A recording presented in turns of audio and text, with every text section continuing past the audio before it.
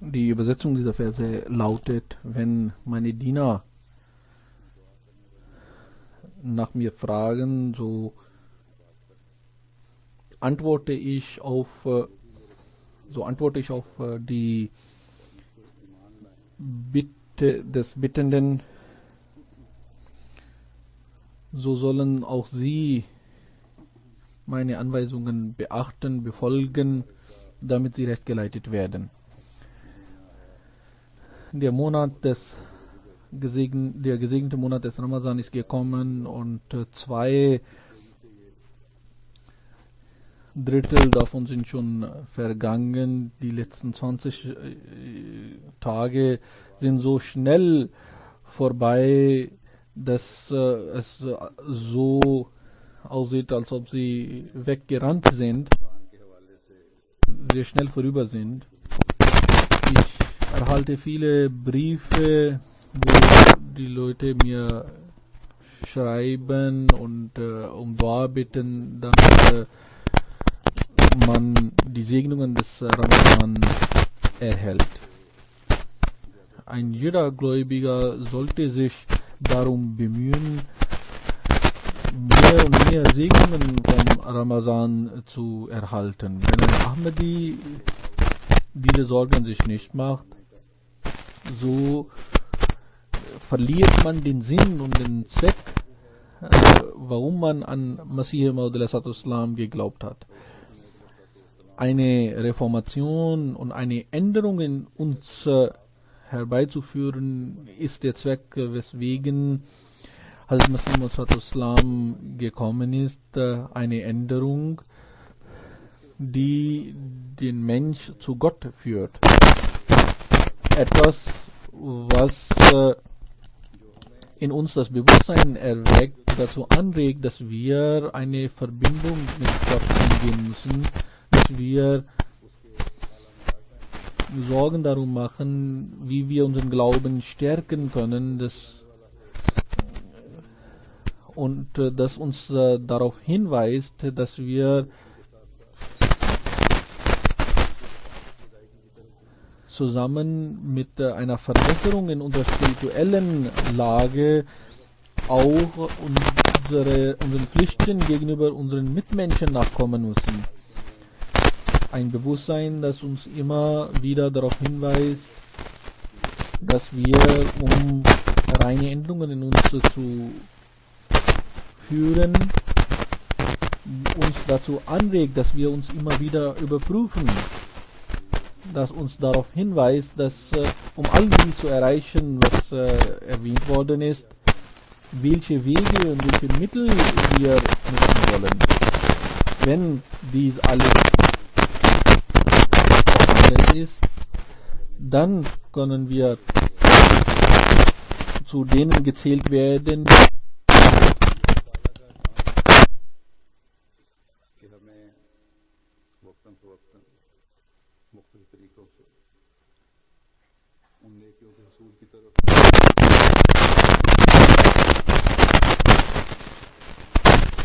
es ist eine Zeit im Jahr, die uns darauf hinweist,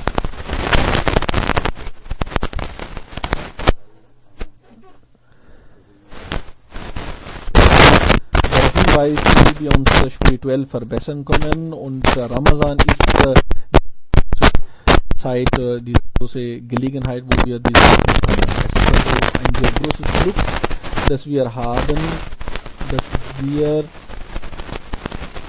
in uns den Wunsch und den Drang spüren, uns spirituell zu verbessern, und nicht nur das, sondern wir uns auch dafür etwas tun und bemühen. Aber unsere Bemühungen können uns nur dann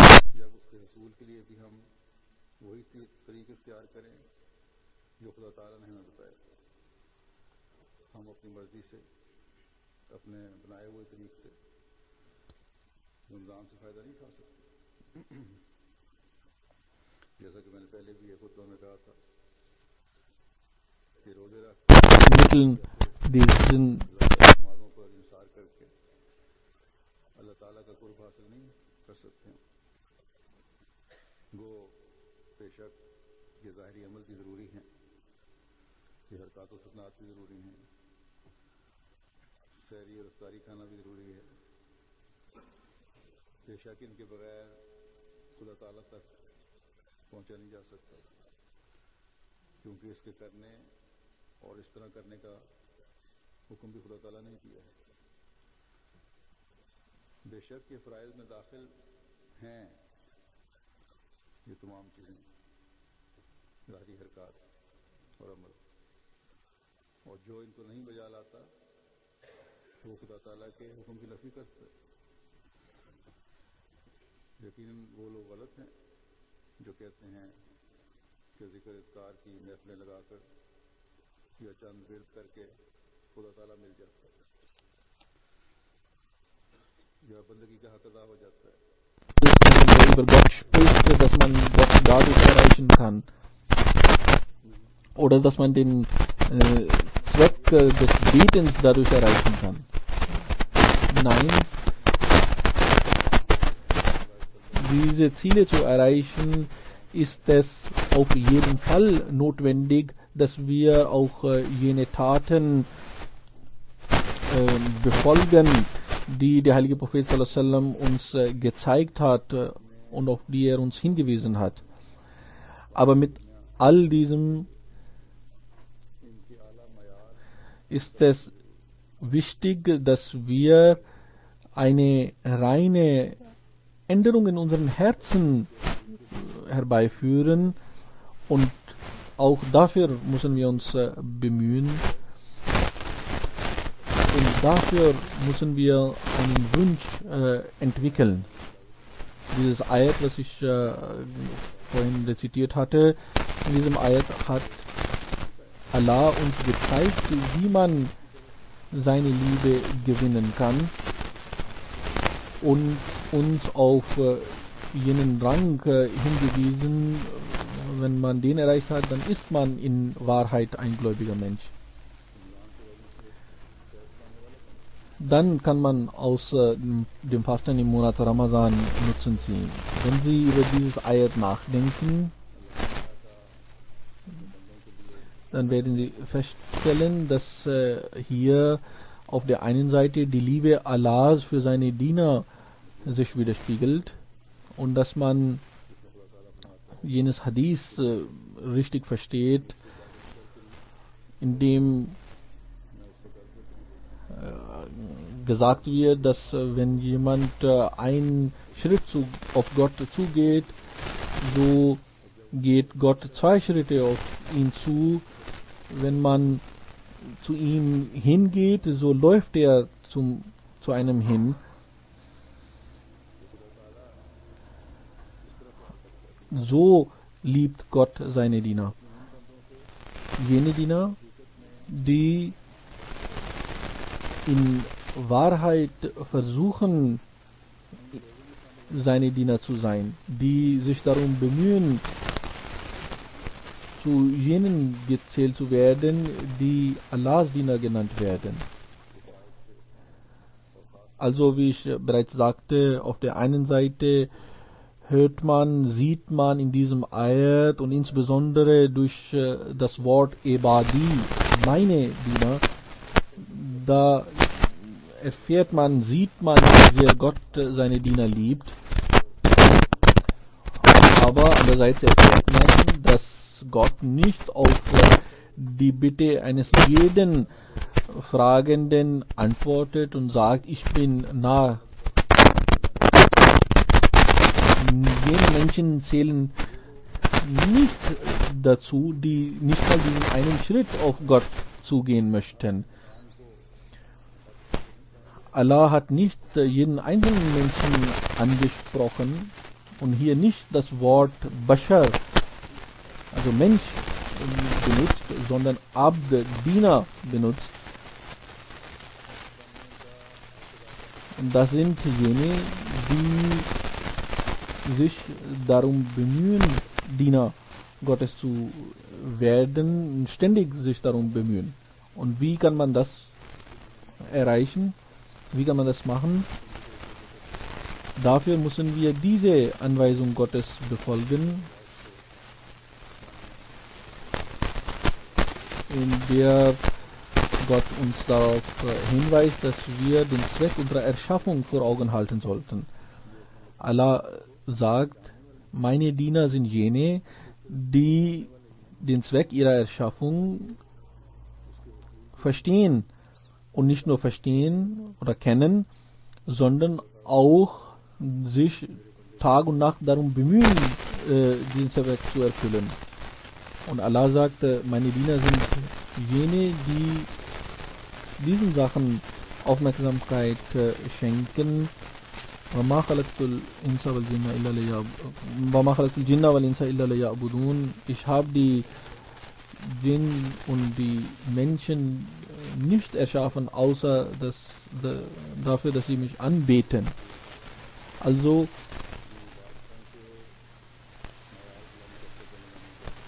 die Messlatte oder Maß dafür, dass man Diener Gottes ist, ist seine Anbetung Gottes. Und Gott hat es nicht nur auf Ramadan beschränkt und freigelassen, dass man außerhalb des Ramadan sich nicht darum bemühen muss. Die wahrhaftigen Diener Allah müssen dies also immer vor Augen halten und auch alle jene, die die Diener Gottes werden wollen. Wenn man im Ramadan, durch die Segnungen des Ramadan mehr sich darum bemüht, Gottes Nähe zu suchen, dann sagt Gott, dass wenn meine Diener dich nach mir fragen, so bin ich diesen Dienern im Ramadan noch mehr und weit näher gekommen. Und jene, die auch vor dem Ramadan sich darum bemüht haben. Jenen soll klar werden, dass ich insbesondere in diesen Tagen meinen Dienern nahe bin. Gott ist seinen Dienern immer nahe. Er ist näher als das Halsschlagader, und auch in den sonstigen Tagen, die sich um Gottes Nähe bemühen, die sich nachts aufwachen, im Tahajjud-Gebet seine Nähe zu finden, für die kommt er zum untersten Himmel und kommt ihnen somit nahe. Und jene sind die Glücklichen, die großes Glück haben, die davon dann profitieren. Und jene, die sich darum bemüht haben oder jetzt in dieser Zeit sich darum bemühen und wegen des Fastens morgens früh Tahajjud beten, Nawafil beten, dass sie um die Nähe Gottes zu spüren, sich darum bemüht haben oder in diesen Tagen diese Nähe Gottes gespürt haben und sich regelmäßiger den Gebeten gewidmet haben, dass sie der Rezitation des Heiligen Korans Zeit gewidmet haben, darüber nachdenken, in das Koran sich beteiligen, daran teilnehmen und so weiter. Zu allen diesen sagt Allah, soll der heilige Prophet sallam sagen, dass wenn sie diese Bemühungen fortsetzen, so werde ich nicht nur im Ramazan, sondern immer euch nahe sein und bleiben. Nicht, wenn ihr nur vorübergehend diesem Zweck euch eure Aufmerksamkeit schenkt, dann ist das nicht zielführend. Hazrat Masih Islam sagt an einer Stelle, Gott hat die Menschen deshalb geschaffen, damit der Mensch Gottes Erkenntnis und Nähe erreicht.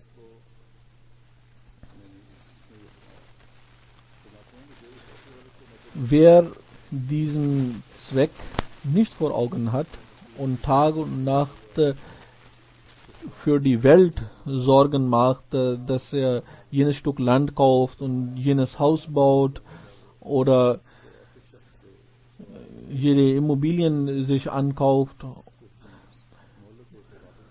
Für solche Menschen gibt es keinen anderen Weg, außer dass Gott ihnen einige Tage lässt und dann zu sich zurückruft. Der Mensch sollte einen Schmerz in seinem Herzen spüren, damit er für Gott etwas Wertvolles wird. Wenn er diesen Schmerz nicht in sich spürt, so wird er eine Zeit lang von Gott die Möglichkeit bekommen und dann wird er sterben.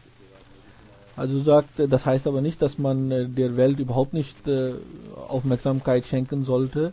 Hazrat Masih Islam hat an anderer Stelle auch gesagt, dass derjenige, der ein Stück Land besitzt und es nicht nutzt, nicht bewirtet, er hat auch seine Pflichten vernachlässigt. Wenn jemand seiner Familie nicht die gebührende Aufmerksamkeit schenkt, so ist das auch nicht richtig. Also alles an Arbeit oder Geschäfte, die man nachgeht, um zu leben, das ist auch wichtig.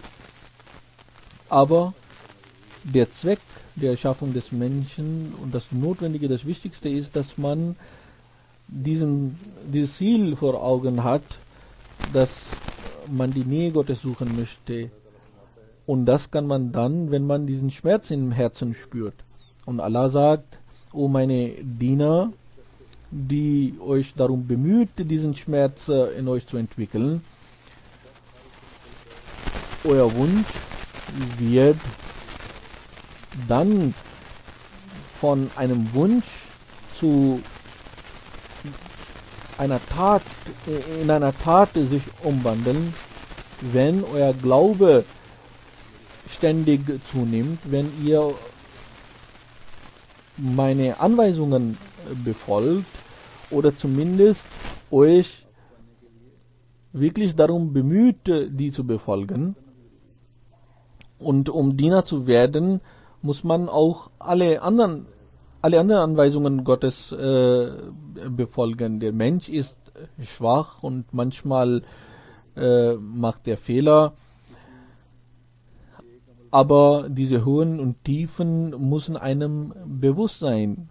Und wenn man in einem Bereich eine Schwäche fühlt, so soll man sich auch dieser Schwäche widmen und versuchen, sie zu beseitigen. Es soll nicht so sein, okay, wir haben in dem Ramazan uns gewidmet, Gutes zu tun und der Religion uns zu widmen und den Rest des Jahres widmen wir uns dann der Welt und vergessen den Zweck unserer Erschaffung und glaubt, nächstes Jahr kommt Ramazan wieder und dann werden wir uns wieder bemühen, Diener Gottes zu werden. Dann werden wir uns wieder unseren Pflichten Gott und den Mitmenschen gegenüber widmen. Allah hat mit Ramazan diese Sache mit der Anweisung verknüpft, dass man die Anweisungen Allahs befolgt. Und daraus sollte man nicht den Schluss ziehen, dass dies nur auf Ramazan begrenzt ist. Nur wenn sie glauben, dass sie nicht nur im Ramazan, sondern auch das ganze Jahr über diese guten Taten fortsetzen werden, können sie daraus Nutzen ziehen. Wenn sie aber denken, dass dies nur auf dieses Ramazan beschränkt ist und nächstes Jahr werden wir uns wieder in Ramazan bemühen, dann haben sie den Sinn und Zweck dieser Anweisung nicht verstanden. Und dann sind sie nicht, dann zählen sie nicht zu jenen, die Gott zu seinen Dienern, seine Diener genannt hat. Um Abd, also Diener Gottes zu werden, reichen die Bemühungen in einem Monat nicht aus. Dafür braucht man ständige Bemühungen und Anstrengungen. Und da man im Ramazan eine Atmosphäre hat, wo man der guten Taten mehr Aufmerksamkeit schenkt als sonst, deshalb ist es hier erwähnt worden. Und er solle das auch danach fortsetzen. Wie kann man die Nähe Gottes erreichen? Und Allah sagt, Sibghatullahi wa man ahsanu minallahi sibgha sibghatan wa nahnu lahu abidun. Ihr sollt Allah nachahmen, und wer ist besser als Allah, dass er nachgeahmt wird, und wir beten nur ihn an. Also um den Zweck des Lebens und der Erschaffung zu erreichen, ist es wichtig, dass wir die Eigenschaften Gottes nachahmen. Dann können wir zu wahren Dienern Allahs gezählt werden. Wir sehen auch in weltlichen Beziehungen, nicht nur in den engen Verwandtschaftsbeziehungen, sondern auch in den Beziehungen zwischen dem Meister und des Dieners, dass der Sklave oder der Diener sich darum bemüht, so zu sein, wie der Meister ist. Das sind aber weltliche Beziehungen, da gibt es auch Fälle, wo man das nur äußerlich macht. Es wird erzählt, es gab mal einen König und er erhielt als Geschenk Auberginen und er fing an, jeden Tag Auberginen zu essen. Und diejenigen, die um ihn herum standen, die fingen an, das sehr zu preisen. Und sie übertrieben dabei. So aß der König so viel, dass er dadurch krank wurde. Dann sagte er was Schlechtes über die Auberginen und seine Diener fingen an, die Auberginen zu beschimpfen und er sagte, vor kurzem habt ihr sie so gelobt und gepriesen, warum macht ihr das jetzt anders? Und sie sagten, wir sind eure Diener, nicht die Diener der Auberginen. Aber das ist ja nur etwas Äußerliches, Oberflächliches, was sie gemacht haben. Derjenige, der versucht, die Eigenschaften Allahs nachzuahmen, der hat Erfolg in dieser Welt und in der nächsten Welt. Dadurch erreicht er die Nähe Gottes. Diese Farben und diese Attribute Gottes sind es, die der Gläubige anzueignen versucht. Also um ein Diener Gottes zu werden, um die Eigenschaften Gottes in sich aufzunehmen, zu widerspiegeln, soll sich der Gläubige bemühen. Er soll jene Taten vollbringen, die Gott wünscht, und jene Taten zurückweisen, die Gott nicht wünscht. Dann ist er in Wahrheit ein Diener Gottes. Als Allah sagte, dass wir uns bemühen sollten, ihn nachzuahmen, seine Attribute, seine Eigenschaften zu widerspiegeln, so heißt es, so bedeutet dies, dass Gott uns und den Menschen diese Fähigkeit gegeben hat, dass er innerhalb seines Kreises diese Eigenschaften auch widerspiegeln kann. Er kann in seinem Bereich Malik sein, Rahman sein, Rahim sein, Rab sein, Satar sein. Er kann auch Wahhab sein in seinem Kreis und sogar so, dass ein normaler Mensch in seinem alltäglichen Leben all diese oder manche dieser Eigenschaften auch wirklich zeigen, aber nicht mit der Absicht, dass sie Gott oder seine Eigenschaften widerspiegeln, Gottes Eigenschaften widerspiegeln. Aber ein wahrhaftiger Gläubiger ist derjenige, der Gottes Nähe und Liebe sucht, dass er all diese Eigenschaften deshalb zeigt, weil um die Liebe Allahs anzueignen, das Zeigen dieser Eigenschaften wichtig ist, das Widerspiegeln dieser Eigenschaften notwendig ist, um die Menschen vor Verlust zu retten. Das Zeigen dieser Eigenschaften wichtig ist, um das Ziel seines Lebens zu erreichen. Das Zeigen und Widerspiegeln dieser Eigenschaften notwendig ist. Und wenn man es mit dieser Absicht macht, dann ist das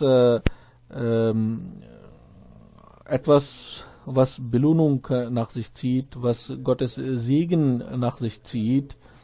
Und nach dieser Anweisung, dass man die Eigenschaften Gottes aneignen sollte,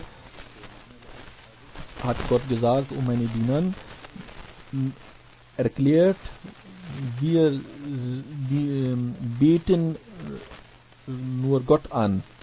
Wir beten Gott an. Das heißt, dass wir diese Eigenschaften Gottes deshalb widerspiegeln wollen, weil wir seine Diener sind, weil wir ihn anbeten. Und weil das ist das Wichtigste für uns. Wir verbringen unser Leben gemäß seine Eigenschaften und wir wollen unser Leben nach und gemäß seine Anweisungen gestalten. Und nicht nur im Ramadan, sondern jedes Augenblick unseres Lebens wird gemäß seine Anweisungen sein. Und deshalb sollen wir uns den Beschluss fassen, dass wir in diesem Ramadan darum uns bemühen, dass wir über die Eigenschaften Gottes nachdenken und versuchen, sie nachzuahmen, dass wir in diesem Ramadan der Anbetung Gottes uns widmen und dass wir all diese Sachen uns versprechen, fortzusetzen bis zum nächsten Ramadan. Und wenn dies alles geschieht, dann kann es passieren, dass wir auch diese frohe Botschaft Inni Karib, ich bin nahe hören. Also darum sollten wir uns bemühen und dafür sollten wir auch Dua machen, beten. Unsere Duas sollen nicht nur unsere weltliche Belange betreffen, sondern auch darum sein, dass wir unseren Pflichten Gott und den Mitmenschen gegenüber nachkommen und auch demgemäß handeln und uns bemühen. Nachdem Gott gesagt hatte, فَلْيَسْتَجِيبُوا لِي, durch diese Worte فَلْيَسْتَجِيبُوا لِي hat Gott die Menschen darauf aufmerksam gemacht, dass ein gläubiger Mensch seiner Verantwortung bewusst sein muss. Nur dann kann er ein wahrhaftiger gläubiger Mensch sein. Ich möchte in diesem Zusammenhang etwas sagen, welche moralische Aufgaben auf die Diener Gottes kommen. Allah sagt zum Beispiel, dass die Gläubigen Ta'muruna bil Ma'ruf wa tanhauna 'anil Munkar sind. Das heißt, dass sie als wahrhaftige Diener Gottes das Gute gebieten und das Schlechte, das Schändliche verbieten. Und natürlich kann dieser Anweisung nur jemand nachkommen, der selbst Gutes leistet und Schlechtes und Schändliches vermeidet. Und wenn man sich darum bemüht, ein wahrhaftiger gläubiger Mensch zu sein und sich selbst auch immer wieder überprüft, dann kann man das erreichen. Und die Wahrheit ist, dass sich selbst überprüfen ist es, was den Menschen immer wieder darauf lenkt und aufmerksam macht, dass er die Eigenschaften Gottes nachahmt.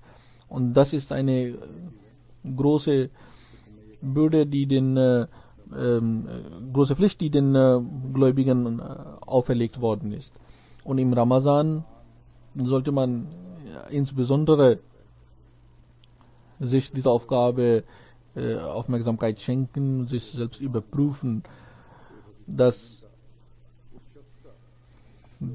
Gott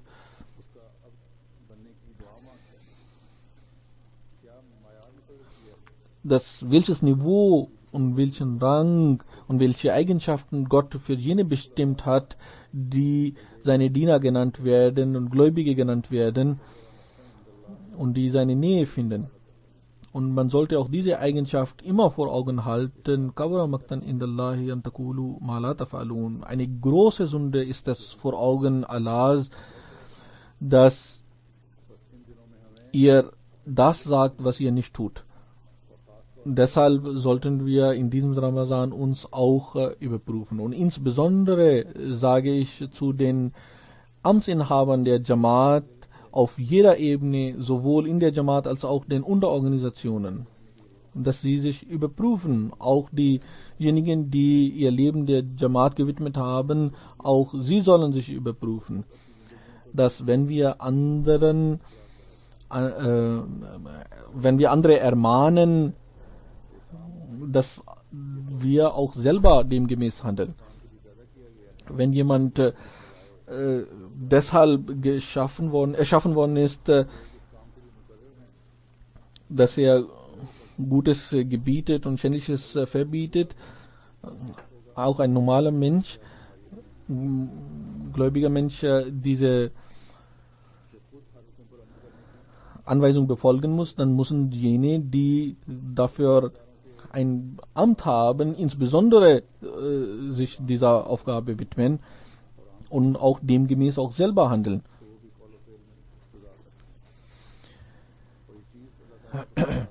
Und diese Diskrepanz zwischen Sprechen und Handeln ist etwas, was Gott stark ablehnt. Und ich sage in verschiedenen Meetings zu den Amtsinhabern, dass wenn die Amtsinhaber allein nur das Niveau ihrer Gebete verbessern und die Moscheen aufsuchen, so können wir allein dadurch die Anwesenheit in den Moscheen um das 2- oder 3-fache steigern. Dann gibt es andere Anweisungen, wie ich bereits erwähnt habe, die man ausführen soll. Der Heilige Koran sagt, man solle die Gerechtigkeit so herstellen, dass selbst wenn man gegen sich selbst oder seine Eltern oder seine Verwandten aussagen muss, dass man das auch tut. Wenn wir aber uns überprüfen, dann sehen wir dieses Niveau im Allgemeinen nicht. Wir verlangen, wünschen auf der einen Seite, dass wir zu den Dienern Gottes gezählt werden, dass wir die Zeichen seiner Nähe erreichen, aber wenn es darauf ankommt, dann versuchen wir, unsere Aussagen so zu ändern, dass unsere Verwandten und unsere Freunde Rettung finden und verschont bleiben. Und es geht sogar so weit, dass manchmal Leute versuchen, nicht nur sich selbst und ihre Verwandten zu retten, sondern andere unrechtmäßigerweise zu belasten. Manchmal erhalte ich Beschwerden über Amtsinhaber und manchmal ist das so, dass wenn ich nach Jalsa oder sonst eine Shoba oder Leute anweise, sich selbst zu verbessern, so anstatt sich selbst zu verbessern, fangen die Zuständigen an nachzuforschen, wer diese Beschwerde aufgegeben hat. Das ist nicht eure Aufgabe. Eure Aufgabe ist es, wenn es wahr ist, wenn es richtig ist, dass dieser Mangel da vorhanden ist, dann soll dieser Mangel beseitigt werden. Und dann sollte man beten, dass Gott uns vor Schwierigkeiten retten und unsere Schwächen beseitigen und dann ein Report darüber mir zu schicken. Das ist meine Aufgabe, dann zu sehen, ob ich den Beschwerdevorbringer etwas sage oder nicht sage oder wer das ist. Auf jeden Fall ist das so, dass die Amtsinhaber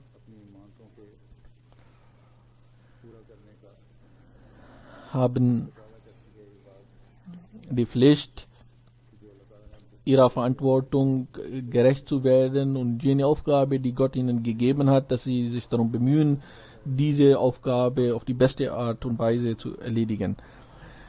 Auch die Pflicht dazu, dass man die wahre und richtige Aussage macht, verpflichtet dazu, dass man dies auch wirklich tut und nicht, dass man sich darum bemüht, herauszufinden, wer die Beschwerde aufgebracht hat. Wenn ich es für nötig halte, es mitzuteilen, dann werde ich selbst mitteilen, wer die Beschwerde aufgegeben hat, und meistens tue ich das auch. Aber ich habe auch erfahren, dass dann Leute versuchen, den Klagenden, den Beschwerdeüberbringer zu bedrängen.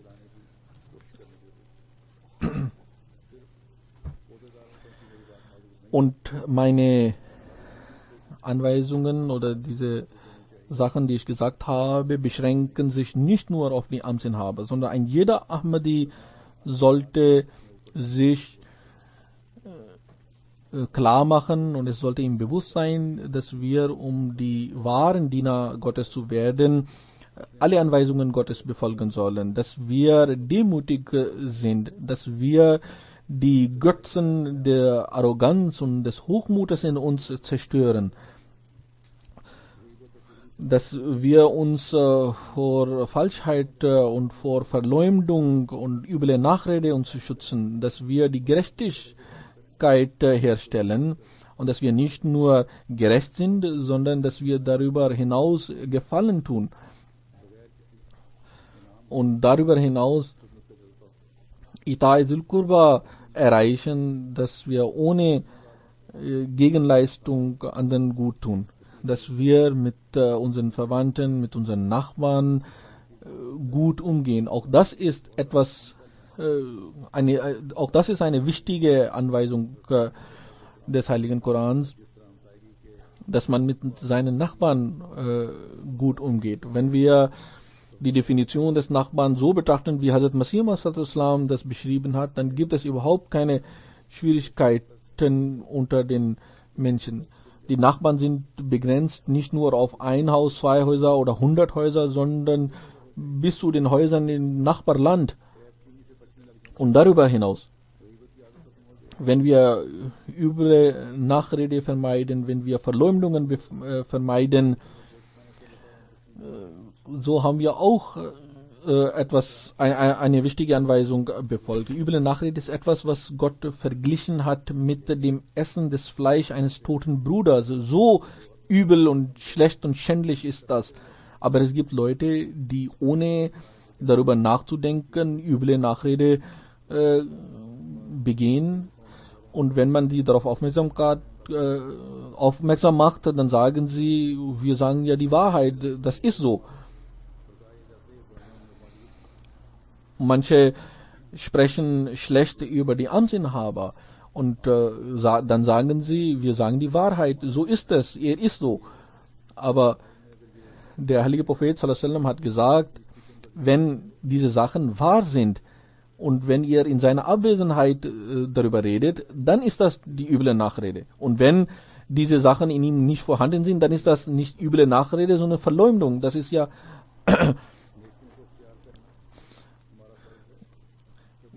eine Lüge. Wir können also dann zu den Dienern Gottes gezählt werden, wenn wir das Gute gebieten, das Üble, das Schlechte, Schändliche verbieten. Und wir können nur dann Diener Gottes sein, wahre Diener Gottes sein, wenn wir alle Anweisungen Allahs befolgen und zuerst uns selbst reformieren und dann die Welt reformieren, was unsere eigentliche Aufgabe ist. Dann können wir diese Worte فَلْيَسْتَجِيبُوا لِي, dann sollen sie meine Anweisungen befolgen, in der Tat umsetzen. Und Gott hat dadurch uns auch darauf aufmerksam gemacht, dass alle Anweisungen Gottes zu befolgen und gute moralische Eigenschaften sind es, die einem Menschen im Glauben verbessern. In diesen letzten Tagen des Ramadan sollen sie sich versprechen, dass wir uns darum bemühen werden, gutes, höheres Niveau in dieser Hinsicht zu erreichen und dass wir auch darauf standhaft bleiben. Und alles Gute, was wir erreicht haben, dass wir das auch fortsetzen werden, dass wir die Segnungen Allahs in uns aufnehmen werden. Und dass wir in den restlichen wenigen Tagen uns bemühen werden, die Nähe Gottes aufzusuchen und seine Anbetung uns mehr widmen. Möge Allah uns alle dazu befähigen. Amin.